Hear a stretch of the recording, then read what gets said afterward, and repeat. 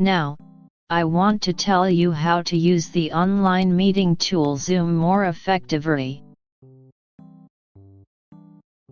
Let me introduce about ProCreate. Is used by many creators all over the world. First, launch an online meeting by Zoom on your computer. Second, join the online meeting by your iPad.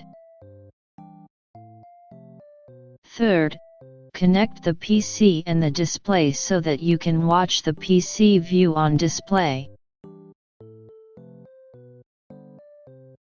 At last, set your iPad to screen sharing mode on Zoom. Therefore, if you draw something on ProCreate, you can see same one on display.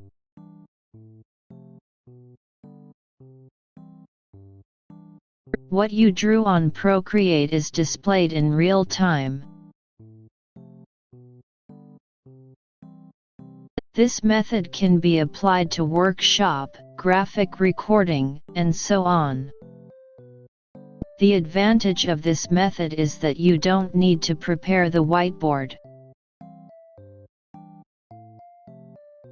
By this method, you can use Zoom more effectively. Please try it. Thank you very much.